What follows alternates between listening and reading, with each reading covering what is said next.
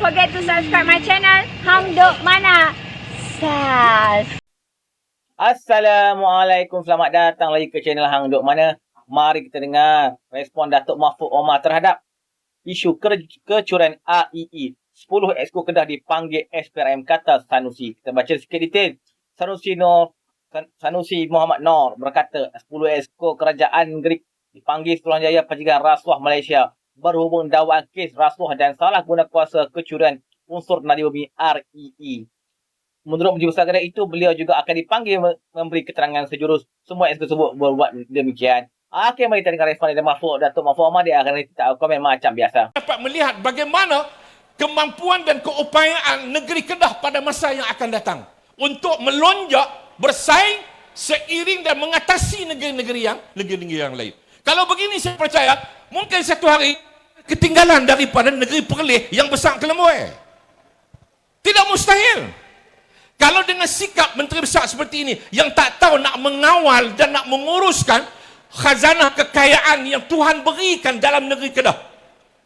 Bagi saya REE adalah satu khazanah kekayaan, sumber kekayaan yang ada dalam negeri Kedah yang Tuhan berikan. Dia tak tahu nak urus, akhirnya menyebabkan kecurian berlaku. Dan bila berlaku kecurian tersebut, yang meruginya ialah rakyat negeri Kedah, yang untungnya ada pihak-pihak tertentu. Sehingga sekarang ni saya pun rasa terkejut, sedih melihat bagaimana SPRM duk panggil seorang-seorang untuk pi soal siasat. Jadi ini memalukan negeri Kedah. Belum pernah berlaku, saya ingat dalam sejarah pemerintah dalam negeri Kedah ni, ini sejarah yang terbesarnya, ramainya seluruh barisan exco kerajaan negeri Kedah ni dipanggil oleh SPRM untuk disiasat. Ini sejarah, tuan-tuan. Malu kita. Kecuali bagi orang muka tak malu. Ini dalam sejarah negeri Kedah ni. Sejarah pemerintahan daripada menteri besar yang pertama sampai hari ini, seluruh exco kerajaan negeri Kedah dipanggil seorang-seorang, termasuk dengan pegawai kerajaan.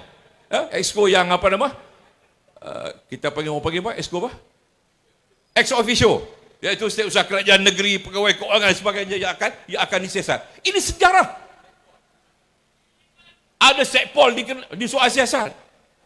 Ini bagi saya sesuatu yang sangat memalukan. Kenapa?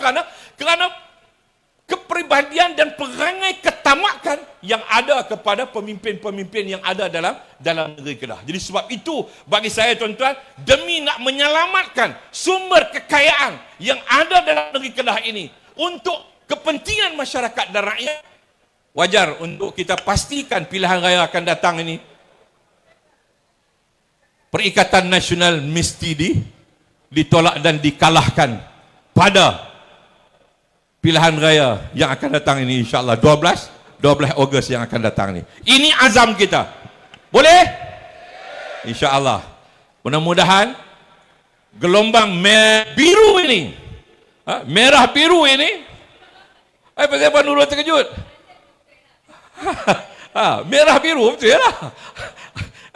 Macam nak menafi dia terkejut pula tu, Nurul. Gelombang merah biru ini insyaAllah akan membawa satu perubahan kepada masa depan negeri Kedah ini, insyaAllah. Banyak kalau diurus dengan baik tentang khazanah yang ada dalam negeri Kedah. Dulu kita duk ingat tak ada apa negeri Kedah, tiba-tiba Allah Ta'ala bagi ni, sepatutnya kita syukur dan kita urus dengan baik. Tapi apa akan daya, tuan-tuan? Bila orang tanya menteri besar, saya tak tahu. Semua tak tahu. Apa yang tahu? Dia tahu dia nak marah apa nama Datuk Seri Saifuddin. Tak tahulah Datuk Seri Saifuddin malam ni nak kata apa pula. Ini bagi saya bahawa ini masa depan. Sebab itu kita berazam dalam manifesto kita ialah kita nak mempertingkatkan lagi pendidikan Tibet. Sebab itu semuanya memerlukan sumber kekayaan hasil yang ada dalam negeri kita ini digunakan untuk pendidikan, latihan kemahiran. Untuk siapa? Yang pertama antaranya yang kita nak ialah kepada anak-anak tahfiz. Anak-anak tahfiz. Ini menjadi satu idaman saya sejak saya berada di tempat YB Mustafa satu ketika dahulu sebagai timbalan menteri.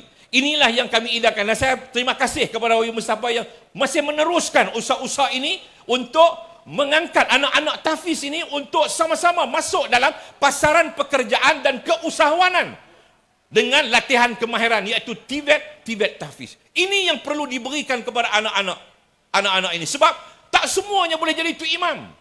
Jadi kita harus beri peluang kepada mereka ini untuk memastikan supaya anak-anak tahfiz ini juga akan mampu diberikan latihan yang cukup, yang baik untuk mereka masuk dalam pasaran pekerjaan dan juga dalam pasaran keusahawanan. Ini yang kita harapkan, bahawa dengan sumber kekayaan yang ada dalam negeri kita ini yang boleh membantu anak-anak tahfiz ini, insya-Allah. Ada lagi insya-Allah yang kita harapkan sesuatu yang lebih baik untuk diberikan kepada rakyat, dan kita menjanjikan seperti yang kita telah capai dalam manifesto, yang insya-Allah sebentar lagi Tok Liat akan sambung lagi. Kita akan memberikan caruman percuma kepada penggiat-penggiat gig ekonomi dalam negeri Kedah ini. Insya-Allah kita akan berikan caruman untuk melindungi keselamatan mereka ini melalui skim perkeso. YB Musabah, skim perkeso. Kita beri percuma, insya-Allah, untuk semua mereka ini.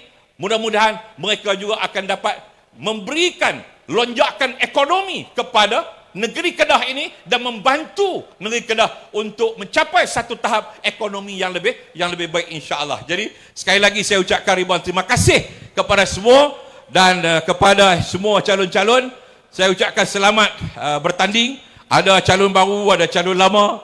Saya ingat calon lama ni dengan kita dua no. Rambut sama